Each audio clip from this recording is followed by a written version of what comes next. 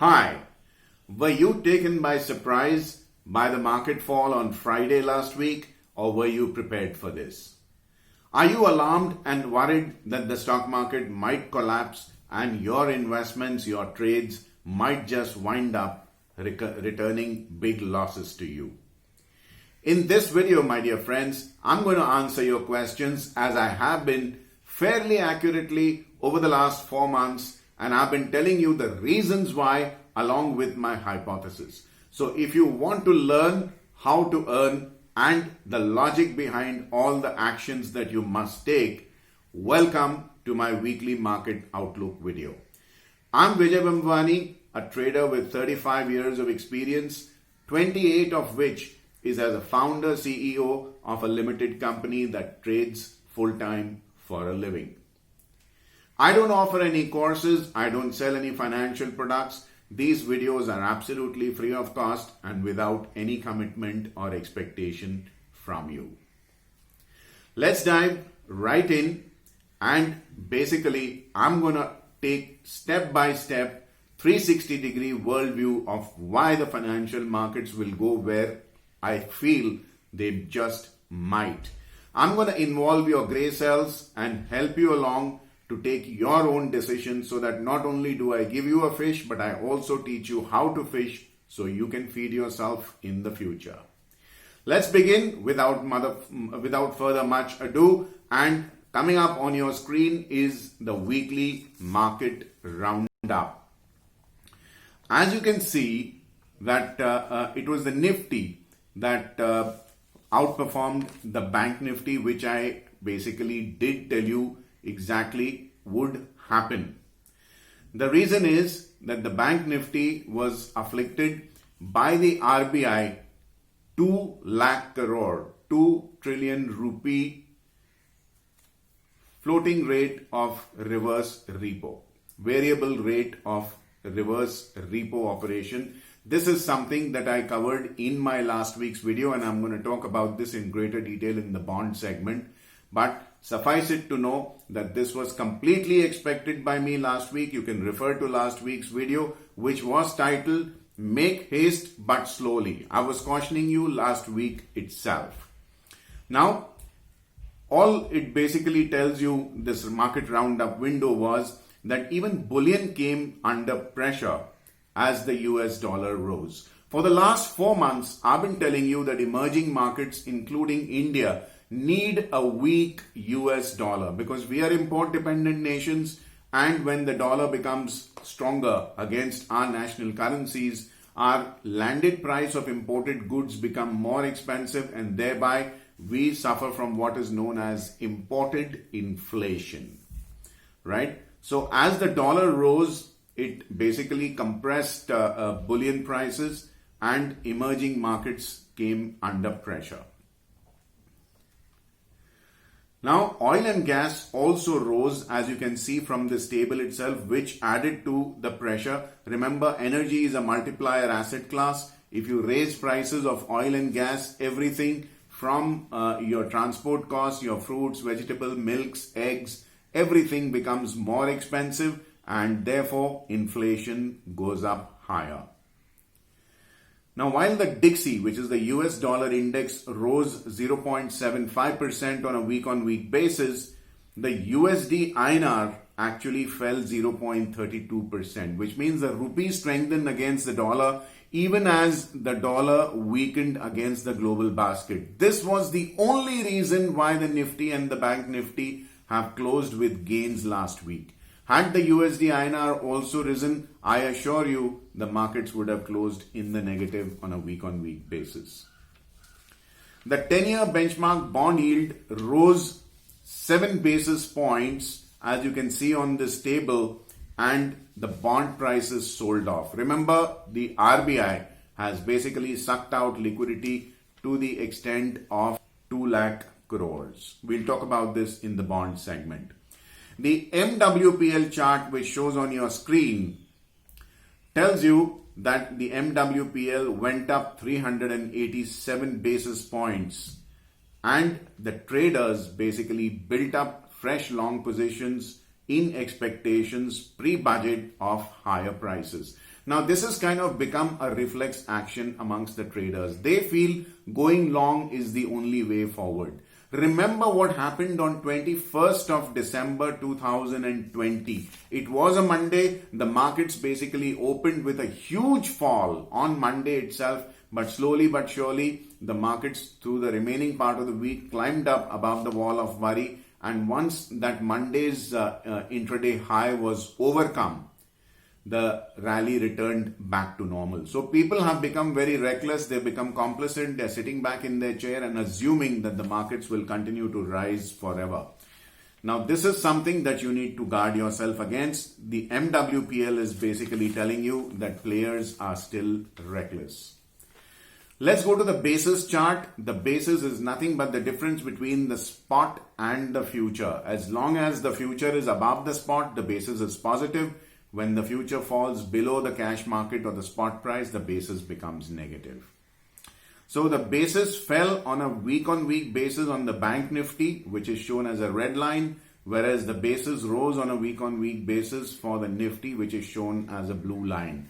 My friends, do remember in my last week's video also, I had said that I prefer the Nifty as compared in relative comparison terms to the Bank Nifty. This is the reason why, because the variable reverse repo operation of the RBI intervention in the currency market was announced in the week before last, and I was expecting that the liquidity tightening would have an impact on banking stocks.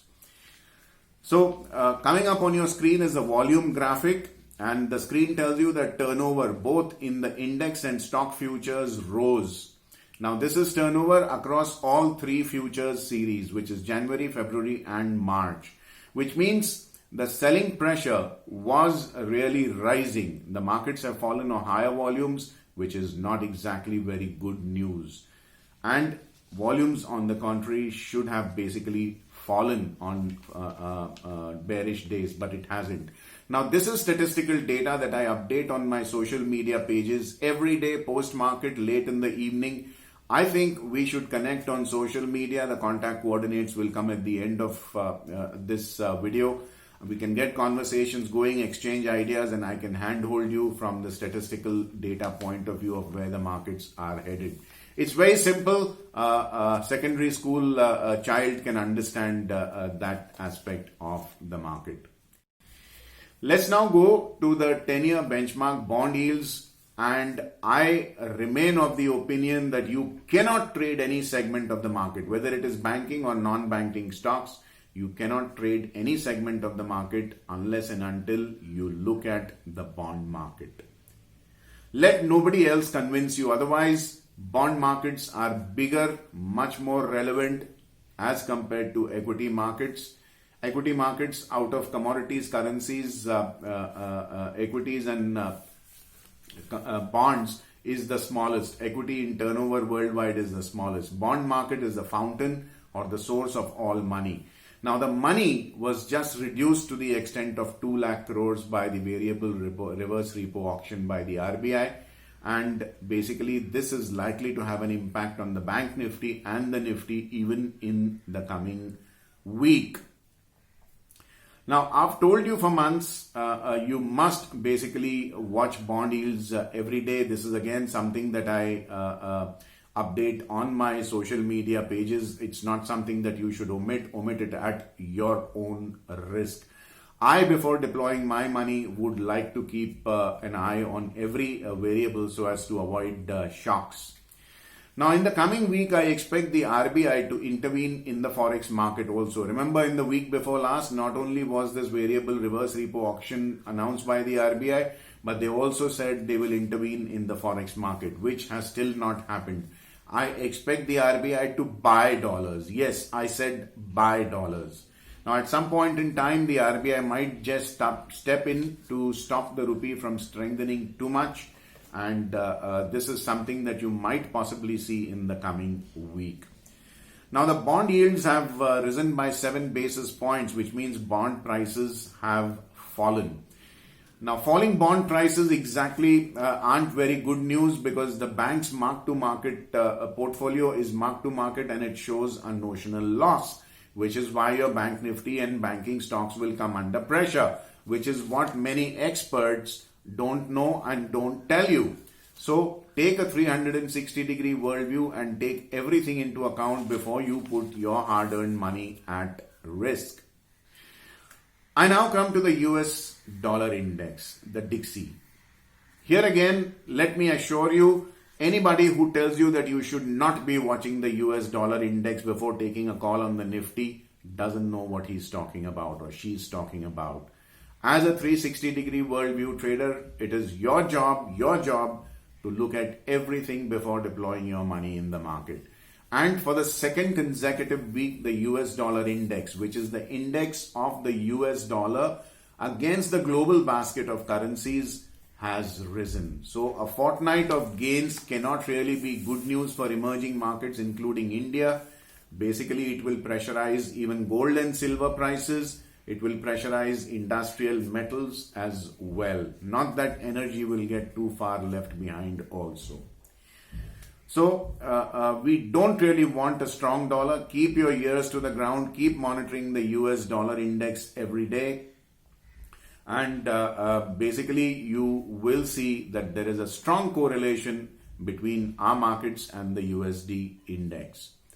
Now, this US dollar index, as it shows on your screen, on your chart, rose on 3 out of 5 sessions and ended with 0.75% gains. The US dollar index has closed above its 25-day exponential moving average last week. This has happened after 3rd of November 2020. Now, after 2.5 months of staying below this average, the index is now above its 25-period exponential moving average, which is significant from my point of view. And this is likely to pressurize emerging markets, including India.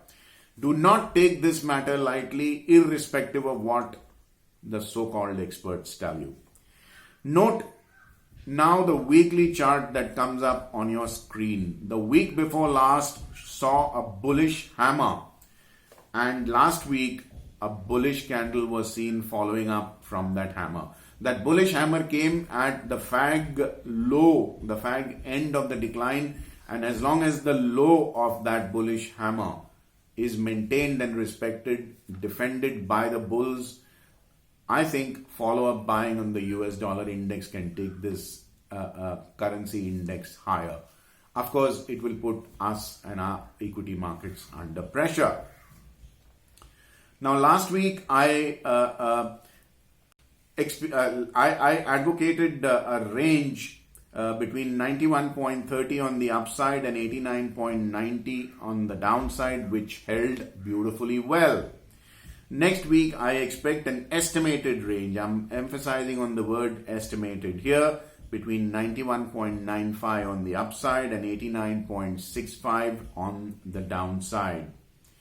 Now, note how the price is moving within a wedge, those two trend lines which are converging like a triangle. If a breakout is seen out of this wedge over the coming few weeks, I think bear covering might just lead to a rally in the US dollar index, which again could be dangerous for emerging markets like India. Now, watch this US dollar index very, very keenly every day. Stay alert and look out for price action here. Now, friends, I come to the Bank Nifty, the second most liquid and the low impact cost index tradable instrument on the NSE derivatives space. Now, this index underperformed the Nifty 50, which I have been advocating that I prefer the Nifty compared to the Bank Nifty, and here you know why. We discussed in the bond yields and the dollar index, etc., as to why banking stocks had to come under pressure. Now, this index rose on 2 out of 5 trading sessions and it notched up gains of 0.51% on a week-on-week basis. Coming up on your screen is the daily chart, and it basically tells you that an inverted doji was seen. A doji is a hammer. It's an inverted doji was seen on Thursday, which was a warning before the sell-off occurred on Friday. It's not a coincidence that her fall on Friday is coinciding with the variable rate reverse repo auction of the RBI. Do remember that only novices, newbies, or ignorant stock traders ignore the bond market. So the 2 lakh crore variable repo rate auction day was something that should have told you that the bank Nifty would remain nervous if not bearish. And Thursday's doji told us so. The index, however, remains above its 25-day exponential moving average, which means the uptrend remains intact. But for now, I emphasize on the word now. As the average rises daily in value, it will mean that the bulls will have to continue to keep pushing this index higher to stay above its average. Now, this is going to be tough in view of the circumstances which I've just described. Coming up on your screen is the weekly chart. Observe how you will see a long leg doji. In Japanese candlesticks parlance, it is called juji. Now this long leg doji, basically the open and the close happens to be fairly close to each other with long shadows on the up and the downside of the body itself. This shows indecision, a balance of power between bull and bears, and therefore markets are up for grabs in either direction, which means that follow-up action will be even more critical to determine where the market is headed. The price will head lower or higher depending on which side the breakout occurs from the weekly long leg doji. If the bulls manage to keep the bank Nifty above the last week high at 32,719 levels, the uptrend may continue. Alternately, if the week's low at 31,725 is violated and the index trades sustainably below this threshold, you're going to see more declines coming up in the coming week. Now, do remember that the closer we get to the budget, the more volatility you are likely to witness in the market. So I urge you to trade light like I told you last week. Now, in the week before last, this index was at number 1 on the most volatile counters list. But last week, it fell to number 5 on the most volatile list. Now, remain assured, it's not the volatility which has gone down on the bank Nifty, but the volatility in individual stocks which has jumped up thanks to the decline on Friday. And therefore, you are seeing the bank Nifty at number 5 on the volatility list, which means the market overall has become that much more risky to trade. Last week, I advocated a range between 33,500 on the upside and 30,675 on the downside, which held beautifully. The coming week is likely to see an estimated, I emphasize on the word estimated here, between 33,625 on the upside and 30,875 on the downside. I repeat my words of caution. Please trade with a lighter footprint. Keep your exposure light so as to avoid getting caught in whipsaws. The bank Nifty done, I would now like to talk about the Nifty 50, the most liquid and the most trader-friendly, low-impact cost and a very narrow bid and offer spread counter. Let's go. Friends, coming up on your screen is the daily chart of the Nifty 50. As you can see, it's basically risen on 4 out of 5 trading sessions, which is better than what the bank Nifty did. And in the bargain, this index wound up gaining 0.6% on a week-on-week basis, thereby outperforming the bank Nifty.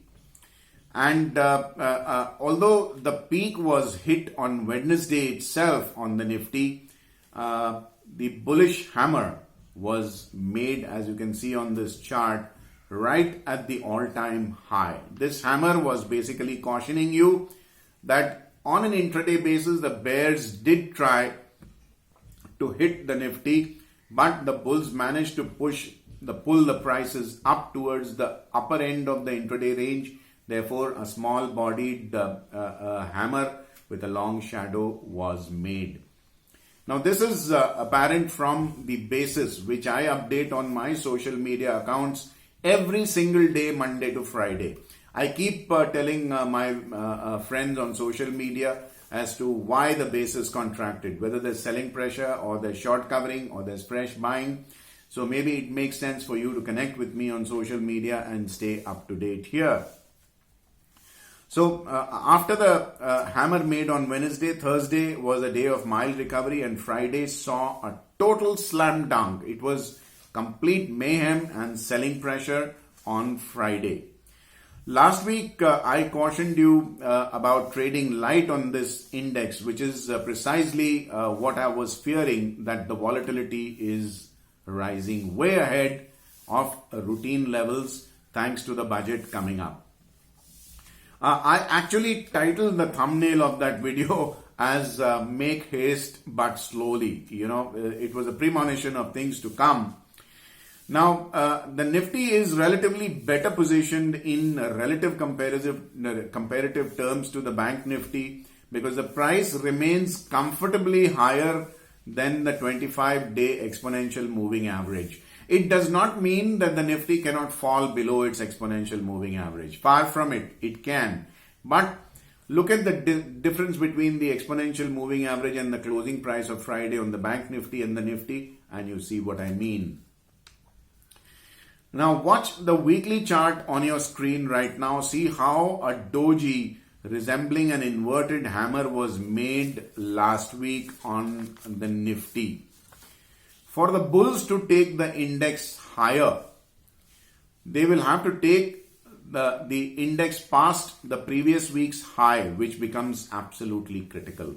That level is 14,666. So as long as the Nifty trades above 14,666, you're fine. Alternately, if it falls below the previous week's low of 14,375 in the spot segment, it can trigger off further declines and a selling pressure might just escalate. Now, this is a very simple litmus test that any rookie trader can implement in the market to basically gauge which way the market is going. In the week before last, this index was number 5 on the most volatile list. Last week, it has fallen to number 9 on the most volatile list. Here again, the fall is not because the volatility has come down, but because the individual stock volatility has risen thanks to the price movement of Friday. Now, last week I advocated a range between 14,750 on the upside and 13,925 on the downside, which held perfectly well. For the 15th week in a row, these levels have held beautifully. The coming week may see an estimated, here again I emphasize on the word estimated, range between 14,825 on the upside and 14,000 on the downside. As I advocated last week, this week also I suggest you trade light because the statistical beta, as per Barracuda, our in-house statistical trading model, the statistical beta or the volatility is likely to go up even higher than what you saw last week. And sudden and large price moves can basically get triggered by this bouts of volatility. Now friends, let me give you a small bit of advice. Even though many viewers I appreciate and understand the fact I'm not statistically savvy, but I assure you my work is to make all segments of the market analysis as simple for the layman as far as possible. So in statistics, we use a metric called the Jensen's measure, which basically is something that all fund managers, hedge fund guys, portfolio management service providers, etc., and super sharp individual traders use. You see, risking your money in any trade is all right as long as taking 1 unit of risk gives you more than 2 or minimum 2 units of reward, which means your risk reward ratio should be in your favor. Last week, the Jensen's measure has turned completely hostile to the trader, and you should definitely not be doing big ticket quantity trades in the market. Consider this as a friendly alert from me as a trader who's been trading for the last 35 years. Believe me, when the Jensen's measure turns hostile, you don't really want to get caught with huge exposure and open positions. So, this segment now over, friends. I come to the most popular and the most sought after segment of this video. I'm going to tell you about 5 high beta, high impetus counters where you will take small exposure but wait for large price moves, and 5 stocks that are low beta and low impetus where you will take big exposure but wait for small price moves. Now, the high beta, high impetus stock list is led by DLF at number 1. Number 2 is Titan. Number 3, Bank of Baroda. Number 4, HDFC Bank. And number 5, SBI. My God, a lot of banks there. The low beta, low impetus list where you take higher exposure and wait for small price moves is led by Cholamandalam Finance, BEL. Number 4, Glenmark Pharma. Number 3, Glenmark Pharma, Number 4, PVR. And number 5, Tata Steel. Now do remember that this categorization can actually reverse fairly fast in a market where the beta is very high. And next week, I think the beta is likely to be fairly high. So these stocks can basically get reshuffled very fast. Here again, this 20-day basis basic stock basic data sort is something I update on my social media pages every day. The low and high beta, high volume, high volatility list is updated every night on my social media pages. Do feel free to check these out. Coming up on your screen, my friends, is my contact coordinates. I would appreciate it if you keep in touch with me and we'll get conversations going. If you like this video, please subscribe to my YouTube channel and do let your friends and family know about this video by sharing this video with them. Help them take better investments and trading decisions. Have a very, very profitable week ahead. Vijay Bhambwani signing off for now. Thank you for watching me. Take care. Bye-bye.